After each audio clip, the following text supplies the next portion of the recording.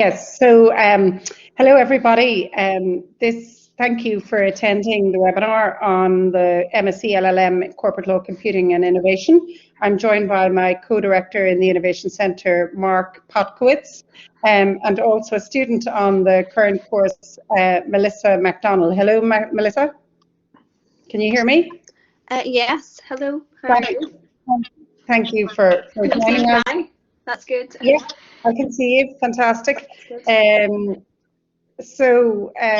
Look, Melissa, I'll invite you to come and speak later on in the webinar, but I also welcome any interjection you have along the way, because actually a lot of prospective students are probably far more interested in your view of the course as a current student and your experience than in our views as directors of the course.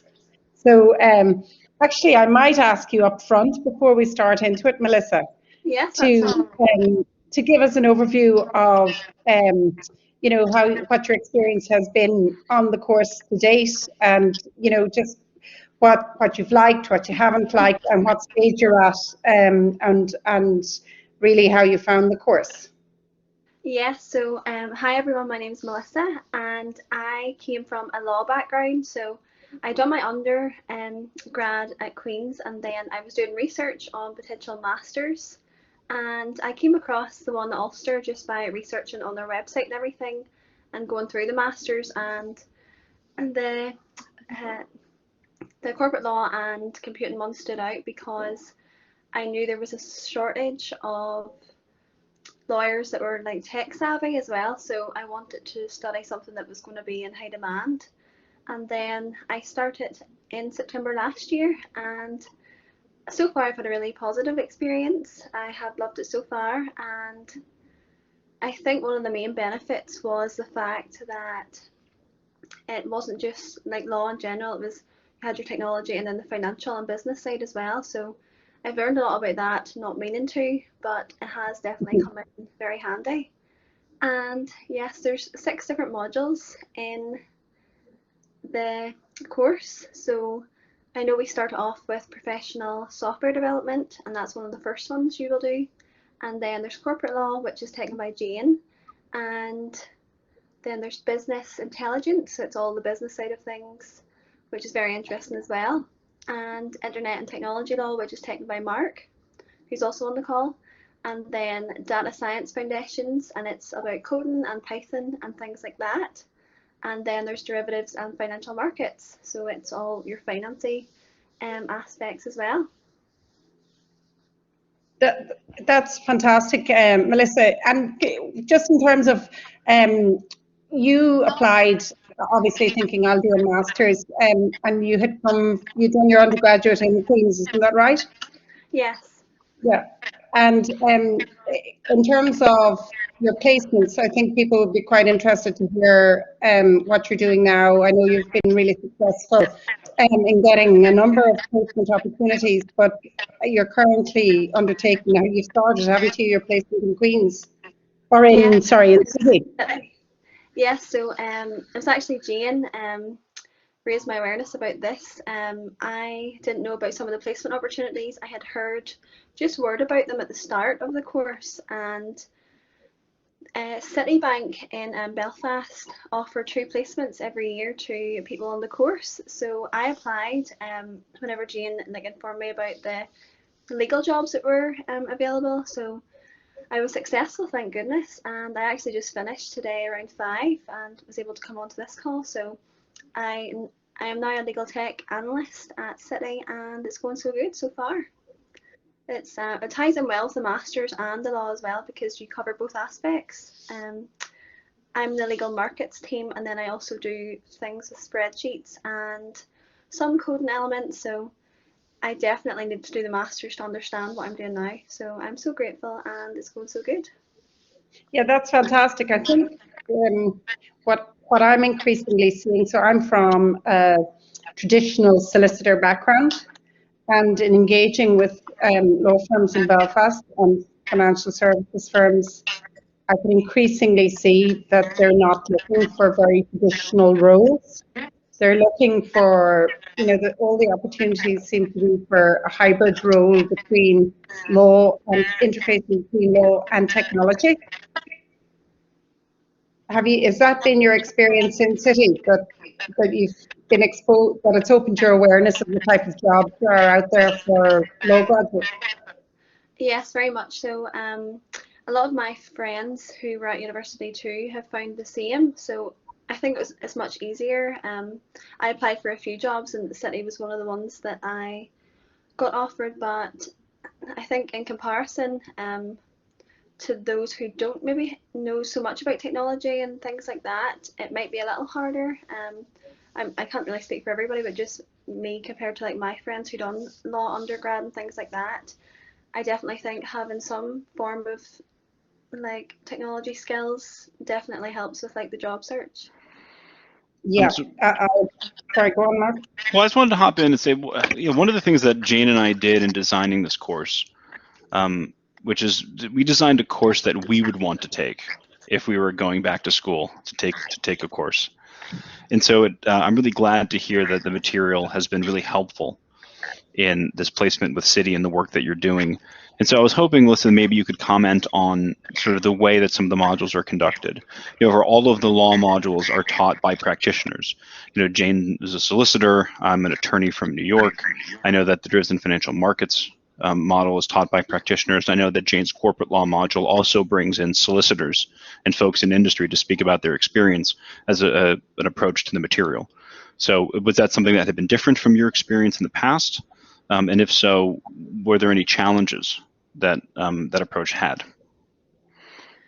I think it was much not easier, but there was more help and guidance involved. So I think the pastoral care at Ulster is, a lot. I found it was a lot better compared to my previous experience, which I was really grateful for, because you could just reach out if you were if you didn't understand something fully, or you just wanted more information. But our lecturers definitely broke down at the start how we would be assessed. So some were essays, and some were class tests and things like that, and then just a mixture basically of coursework and tests. And then a lot of the computing modules were tests as well, like class tests you would do, and you would have a certain time, but you were prepared in advance and you were told what topics it would cover, so you were able to study. Look, that's very informative, Melissa. I hope you have the time to stay on the line, because I think people will want to ask you more than us some questions. Yes, that's fine. And I changed the format somewhat that we had intended, but it occurs to me that what your insight is far more, I think, interesting from a prospective student perspective, and therefore I just thought, before we go into the heavy overview of the course, etc., we'd get a more simplistic upfront sort of overview from you as to how you found the course. So thank you very much, and I'm going to continue now and invite Mark to maybe you would give an overview of the first half of the presentation, Mark, and then I can jump in. Sure. So I've tried to advance the slides. I'm not sure if everybody can see this, and if you were clicking on our various heads to see us rather than the slides, if the audience has the ability to click on the slides, I would ask that you do that now.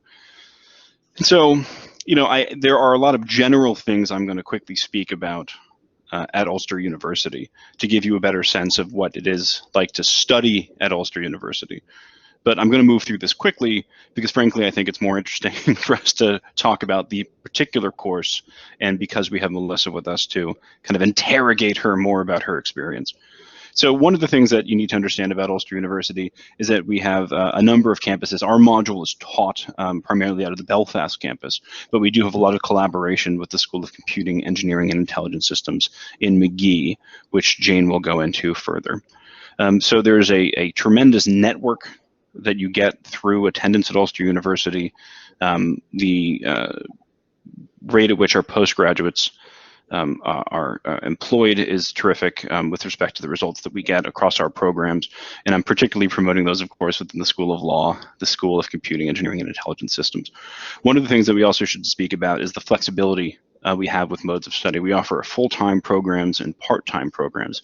This course in particular runs over 1 year full-time beginning in September, and having 2 semesters of teaching, 2 terms of teaching, and then in semester 3 over the summer, when a student is often on a placement, they'll also be working on either their dissertation or their computing project. The same division happens over a 2-year period in the part-time program, where students will take 1 or 2 modules in the fall, 1 or 2 modules in the spring, begin their dissertation over semester 3, and then go back to the classroom in the first semester of year 2, and then in the second semester of year 2 to complete then the dissertation again over the summer, or computing project. So Jane, feel free to jump in and tell me when to stop, because when I have a slide deck in front of me, I'll keep going, and I don't want to jump into where you had intended to pick up. Okay.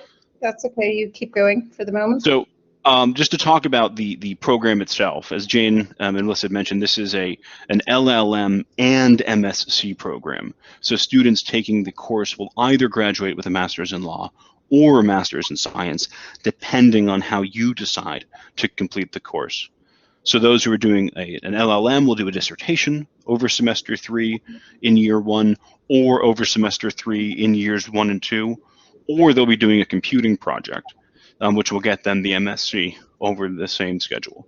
So as Melissa had mentioned, we have half the taught modules are in law, half the taught modules are in the School of Computing Engineering and Intelligent Systems. So the semester 1, Jane, would you want to go into the semester breakdown, or would you prefer I do it right now? No, go on ahead. It's fine.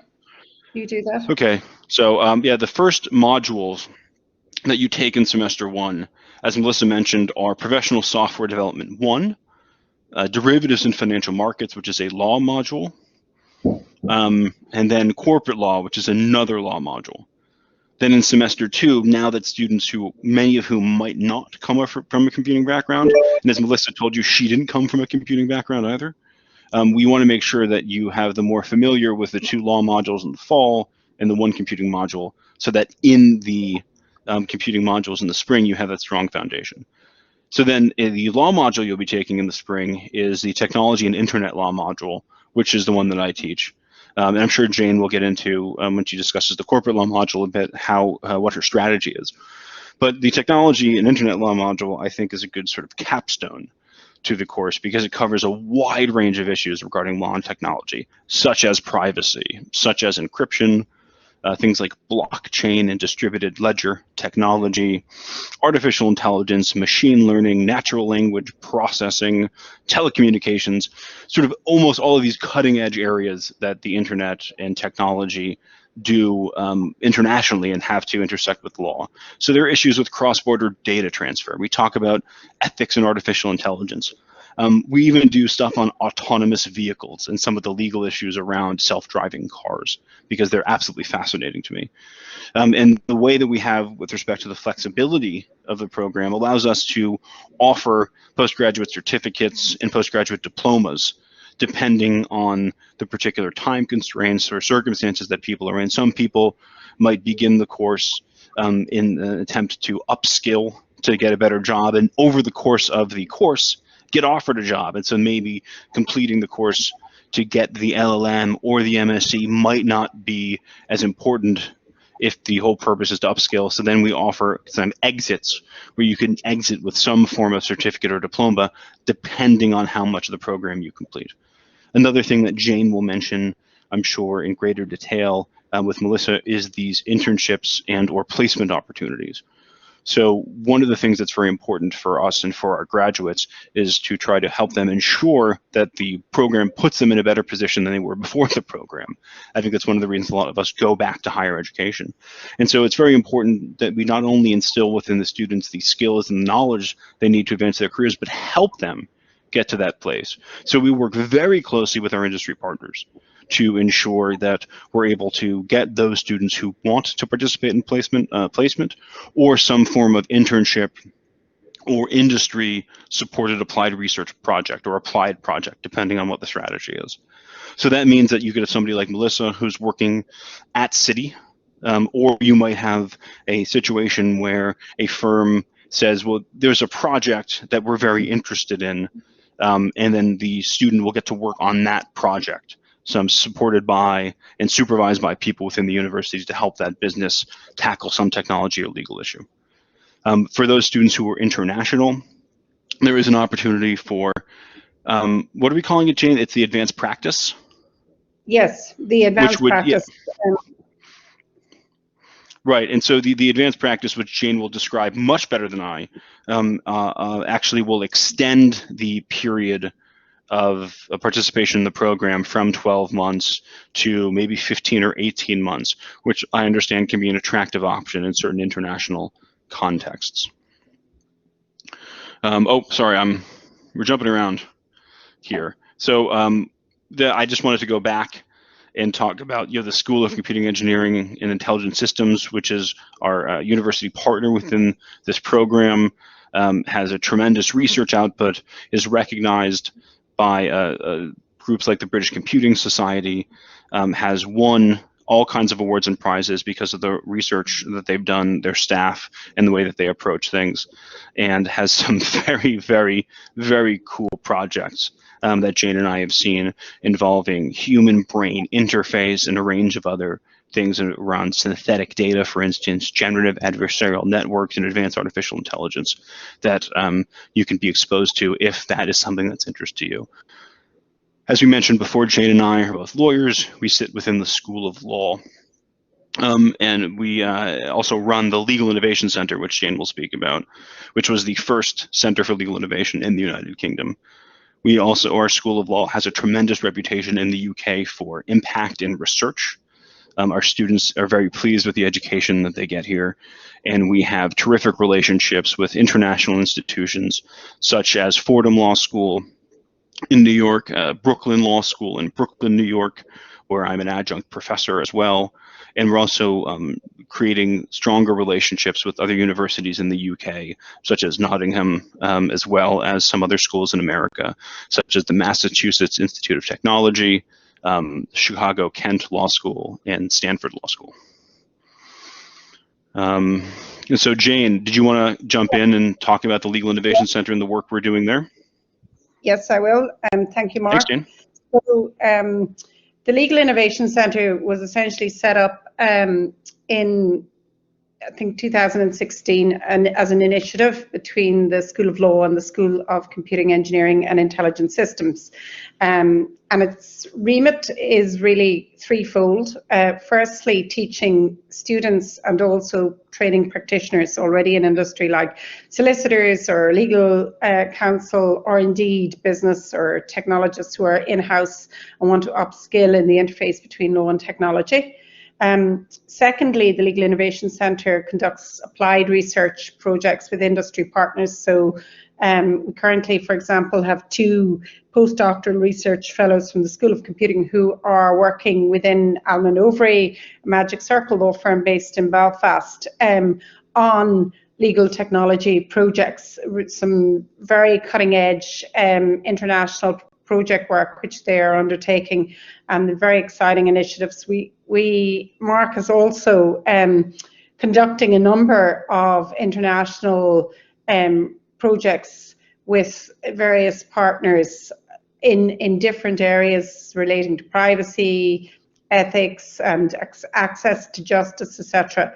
And finally, I guess the Innovation Centre is a centre of excellence in innovation insofar as we try to stay abreast of what's happening internationally, whether it's by way of participation in conferences with the International Legal Technology Association or CLOC in-house counsel, International Association, but where people come together and illustrate or talk about what is going on at the cutting edge of technology internationally. We try to bring that to bear into Belfast, into not just the teaching program, but also to host events and invite representatives across to Belfast to upskill also industry partners on what is going on in this area. And I think part of the advantage of being on the course is that really you should have access to the resources of the Legal Innovation Centre in the studying of the course. So the course, the master's program, was devised and developed by the Legal Innovation Centre in collaboration with its industry partners. And Mark and I are both directors, we're co-directors of the Legal Innovation Centre. And we've got a collective experience as lawyers, practitioners and technologists. Mark has, as he's explained, he's an attorney in the US, but he's also got a background in technology. So he's, I guess, an example of this unicorn graduate we're trying to create, and that a lot of employers are actively seeking in the marketplace.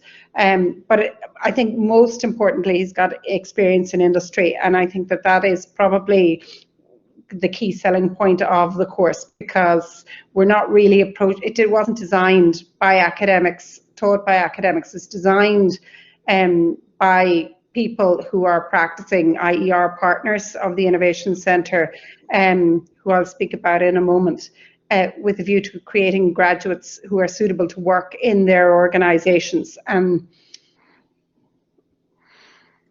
In terms of the Innovation Centre, it was initially set up actually with the support of and funding from two international law firms that you'll be familiar with, Allen & Overy and Baker McKenzie, two of the largest law firms and most highly regarded law firms in the world.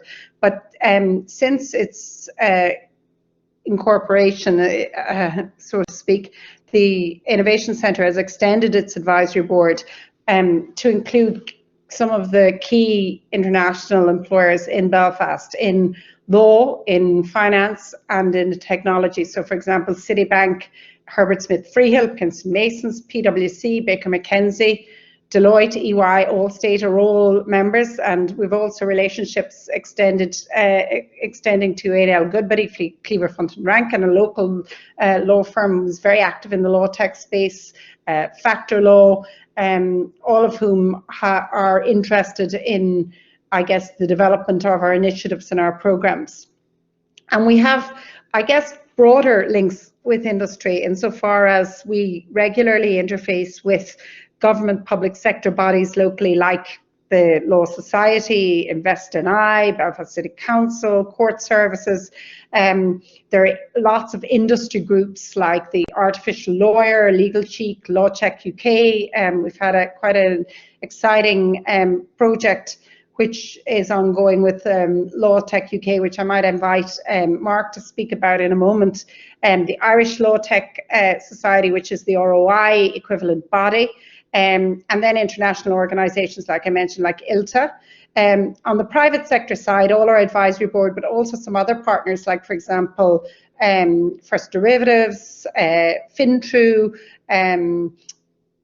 other organisations who we've gone and done lunch and learns and who are interested in upskilling their people in this area. And last but by no means least, we have interface with and relationships with various tech companies, both domestically and internationally, which I guess gives us the opportunity to create links between our students and industry partners, but also to bring industry to bear in the teaching of the course. So it is taught by experienced academics and leading industry practitioners. So as Mark has mentioned, 50% of the course is taught by the School of Law and 50% the School of Computing, Engineering and Intelligent System. And can I tell you, this is absolutely the first of its kind within the university, because faculties don't generally work together to deliver master's programs. They're generally taught within the specialism of a faculty. So this was a very new initiative, not both the setting up of the Innovation Centre and the teaching of this master's, and reflects the fact that industry, the key message we are getting constantly from our industry partners is they want multidisciplinary graduates. So they're not interested in lawyers who cannot understand technology, because every lawyer or financial advisor needs to be able to interface effectively with technology to service clients, and vice versa. They're not interested in software engineers who don't and want to know or understand commercial and financial environment that they're operating within, because they're not going to be effective in devising solutions. So on the back of that, we devised the masters with modules taught by each of the two faculties. What is quite unusual also, I understand, about the masters is because of our relationships with these industry partners who are very keen to show support for the programme and its students, they have offered prizes. So City have offered, for example, a £7,000 prize for the best overall performing student, but there's also different types of corporate law prizes, computing prizes, etc. And that is an opportunity for a student, not just to get the prize of itself, it's of a certain value, but more so the fact of having got the prize is something which can differentiate a student going forward in their CVs. The partnership with City, as Melissa mentioned, includes the two 11-month paid placements, which is a fantastic opportunity for a relatively small cohort of people to apply for.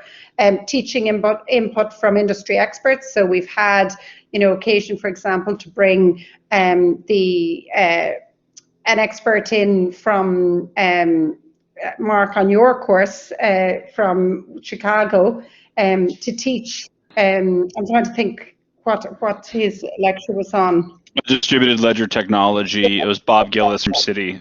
Distributed ledger technology and blockchain and how they're using it at City. Yeah, so that's so much more potent than somebody speaking academically. Somebody whose day job is being at the cutting edge of blockchain technology internationally, lecturing directly to students. And obviously the whole facilities that we have gained through online learning has allowed us greater flexibility to bring in experts like that. And I think going forward that we will do that more and more. Well, Jane, just to jump in here, I just want to point out too that we have been able to bring in, and Jane, I'm sure in a moment we'll talk about some of the industry partners that she's brought in and some of the folks that she's brought in, what they do, but we've had people from Facebook come in and talk about what they do with Facebook. We've had folks from the International Legal Technology Association, the first time they've done an event in Ireland or on the island of Ireland was through the Legal Innovation Center. We're regularly in touch with some of the partners at some of these biggest firms, some of whom help feed input into the types of material that we cover in modules or provide us with reading materials. And I will say that I have some very exciting guests lined up for the next module time the module runs, some of whom have international name recognition. I'll just leave it at that. Aligned with that, we also have local employers. So, for example, Craig Holmes and the corporate module came and delivered a really interesting session on corporate finance. Kevin Bell, a partner in KPMG, talked about different business structures. John Darby, who lectures in the Law Society in Dublin, came and helped with the lectures on directors' duties. And that's Vicky Coulter, who's a partner in O'Donnell Solicitors, came and lectured on just different corporate transactions. And I think that the upshot of that is that we're going to have a good mix between not just local employers, but also international employers. The partnership with Alan Overy, similar concept, 11-month paid placement, teaching input from their experts, and Alan Overy were instrumental in the design of the programme. But I think probably the most interesting aspect of Alan Overy is that they have a mini placement on offer in addition to the 11-month paid one for the best student in legal technology, and that is within its I2 innovation team in London, where you'll be exposed to design thinking, solution design, how to use our crowdsource. So Alan Overy in London have a floor of their main office dedicated to, it's called Fuse, where they have basically legal tech startups, a different cohort come in every year, and they work on legal technology solutions alongside Alan Overy's lawyers. And driving that is an I2 innovation team, and the placement is basically an opportunity to sit within that team, which I think is a really exciting prize for somebody.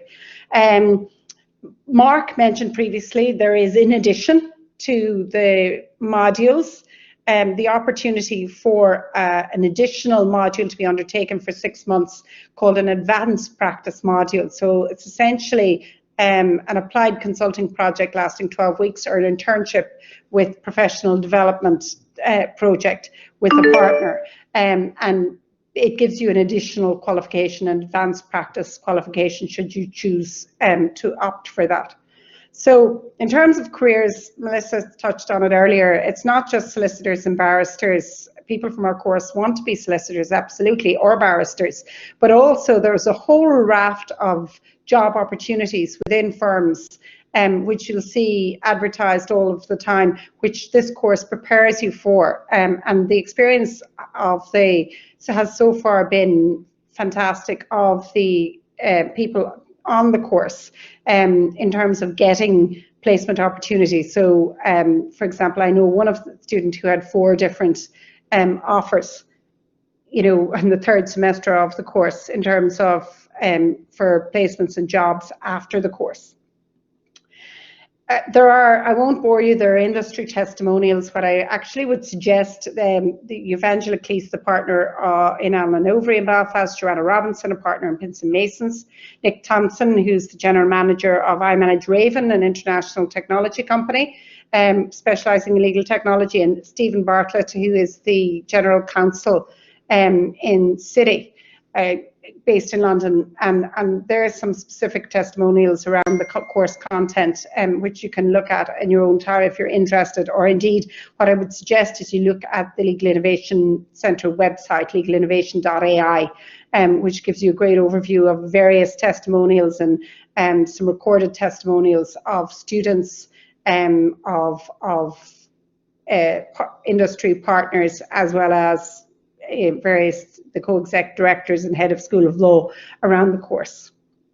Damien McCann is a current student on the course alongside Melissa, and that's a testimonial he gave, which is first-class placement opportunities provided by the course allow me to network with the best businesses in Belfast, as well as making myself and my abilities known. Completing the course will help aid my career aspirations by giving me the necessary skills to succeed in today's high-tech environment. That is not a photograph of Damien, by the way. No, it isn't. I thought about that as we went along.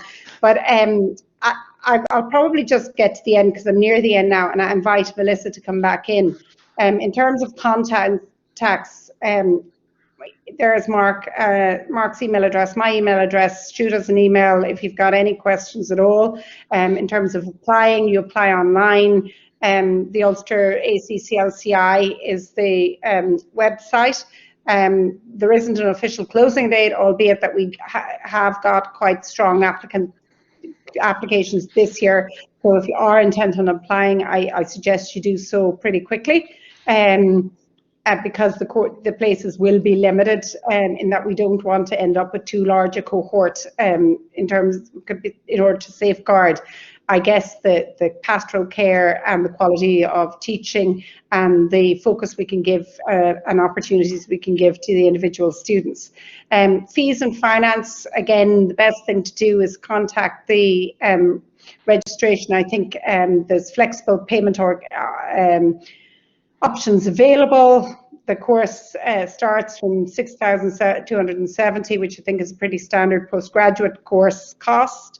There's alumni discounts, there's student loans available, there's discounts for upfront payment, but the best thing to do, I think, is to contact Christine Harbinson, who is the admissions contact and can give you any details that you need. Also, all of it is available, I think, on the website. But yeah, if you have questions about things such as fees, such as kind of register the process of applying, such as the mechanics, please contact Christine, because if you contact me and Jane, we'll try to be helpful, but we'll eventually say, Christine, can you please answer this question, because we just don't know the answer.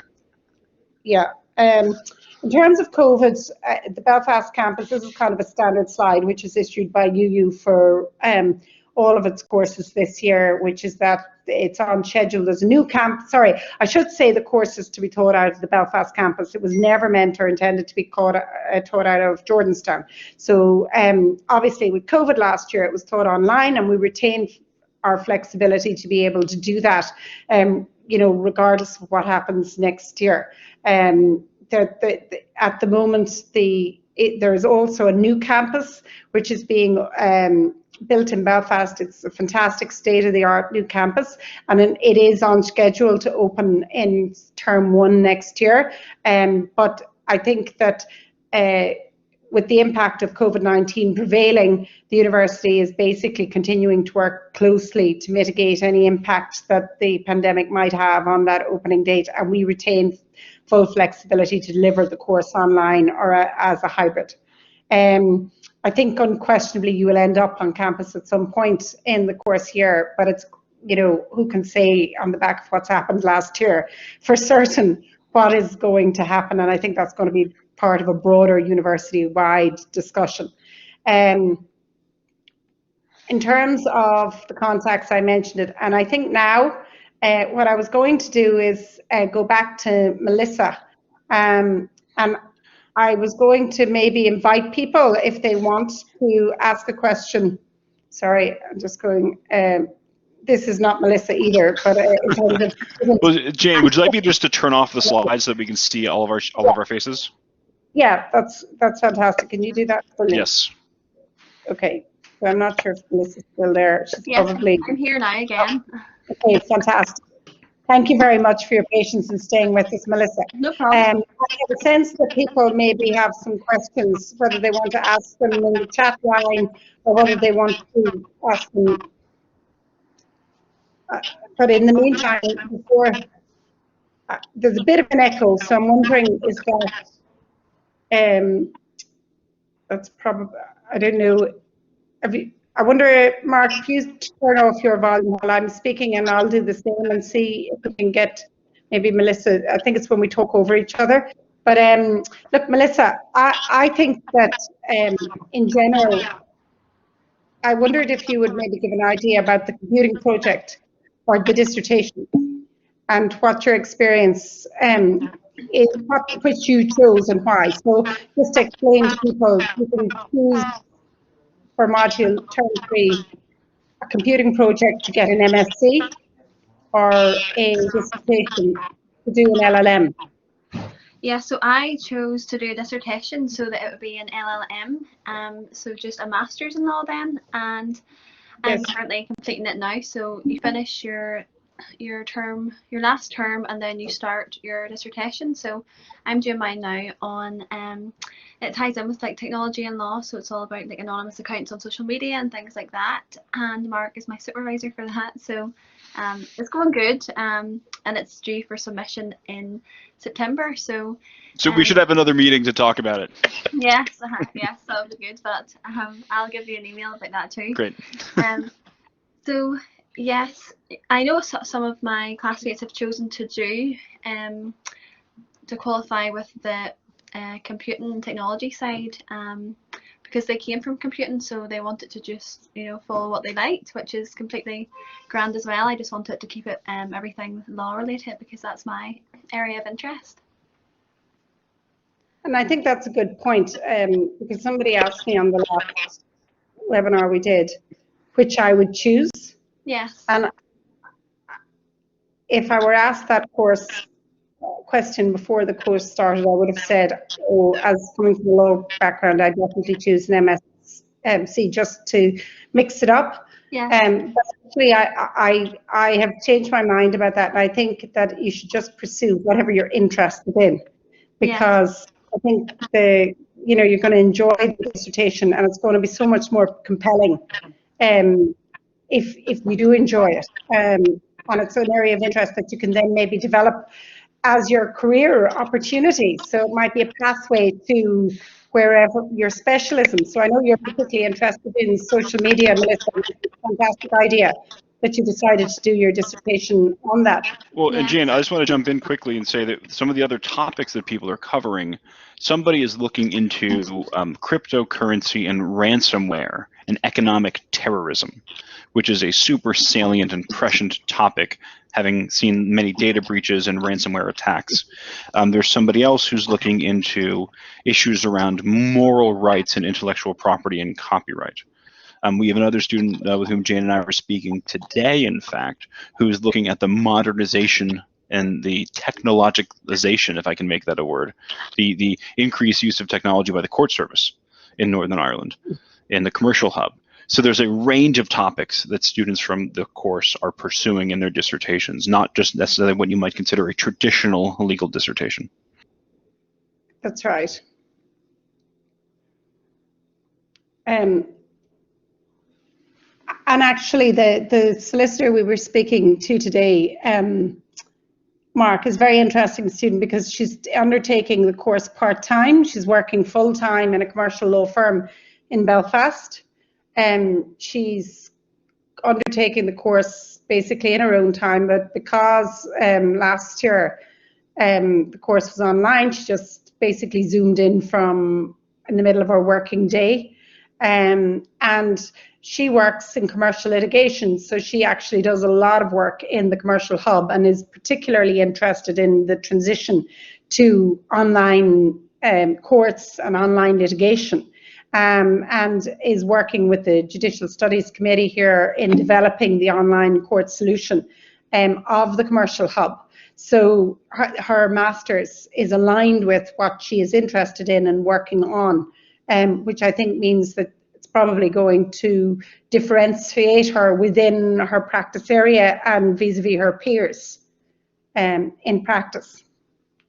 And another initiative which I should mention is that next year I hope to give the opportunity, and indeed for this year, Melissa, students as well, to give the opportunity to publish on our Legal Innovations Centre website. So we've got lots of materials up there, but a student hub essentially where students, if they produce an interesting, if it's a blog, if it's you know, an essay or an assignment, or if it's a piece of their dissertation, or the dissertation itself, if it becomes, if it's particularly interesting, that it's something which we would help them to get some profile for. And it's obviously something which would be a great, it's very good for the student, but it's also very good, I think, in terms of building up the collateral of expertise that we have aligned with the Innovation Centre. But if I were a student, I think that's quite an interesting opportunity, because when you're going to employment, it makes, you know, what you've done real, and it makes you a player in the field. Yeah, there's a question that came in via text, and those of you who might not be able to see the chat, the question was about the balance between legal and non-legal students. And I was explaining in the chat, this year most of our students did come from law backgrounds, although we had some from computing. But in the incoming cohort, those who have been issued offers who have applied, we have a much wider range. I spoke to somebody who has an English literature degree as an undergraduate. I know that somebody has computing as an undergraduate, and I think I messed up something when I was typing. I do believe we also have somebody who has an accounting background or a business background, if I'm not mistaken. And somebody today from a politics, so with an undergraduate degree in politics, but they have some interest in basics of, I think, coding, nothing significant. A question a lot of people ask is, do you need to have a computing background? And the answer is absolutely not. You know, you can undertake this course without it, and as I know, Melissa, you probably did computer science as one of your A-levels, but I think it's fair to say that the coding is quite basic. I mean, it's intensive at the start, but once you master it, it is aimed at non-computer science students at that level. I done one of my levels in ICT, but it was quite basic. It was HTML language, and then I know with the masters it's Java and Python, so steps up to levels.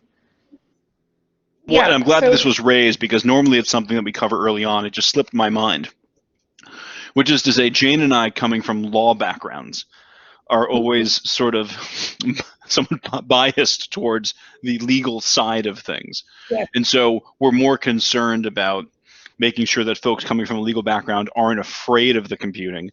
But I also want to emphasize that those coming from a non-legal background should not be intimidated by the law modules. You may feel as though you're missing a step because you might not be exposed to the same principles in law coming in. But in the corporate law module, there's a review of key concepts that you'll need to know for that module. The derivatives and financial markets module is highly specialist into the field of derivatives and financial markets. It doesn't necessarily require a broad knowledge of tort law or criminal law or the other things you might think of when you think of law.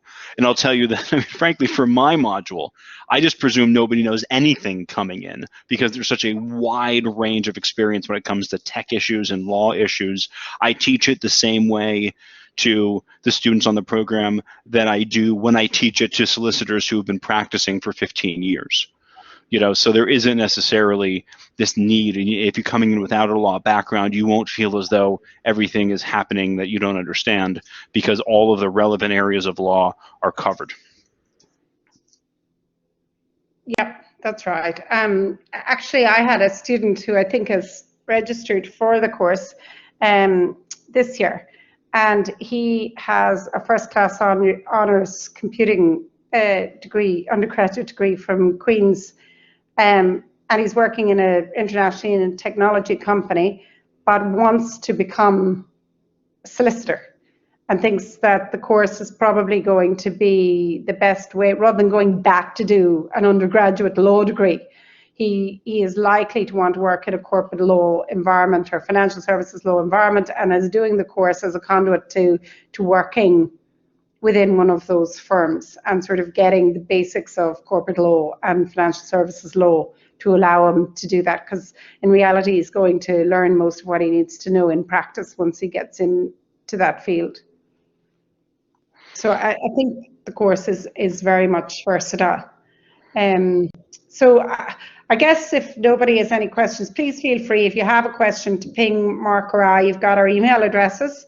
In terms of the courses, go on to legalinnovation.ai and you'll get access to the online prospectus. You'll get access to, you know, video content, course videos, etc. that'll give you a good overview about the course and the modules.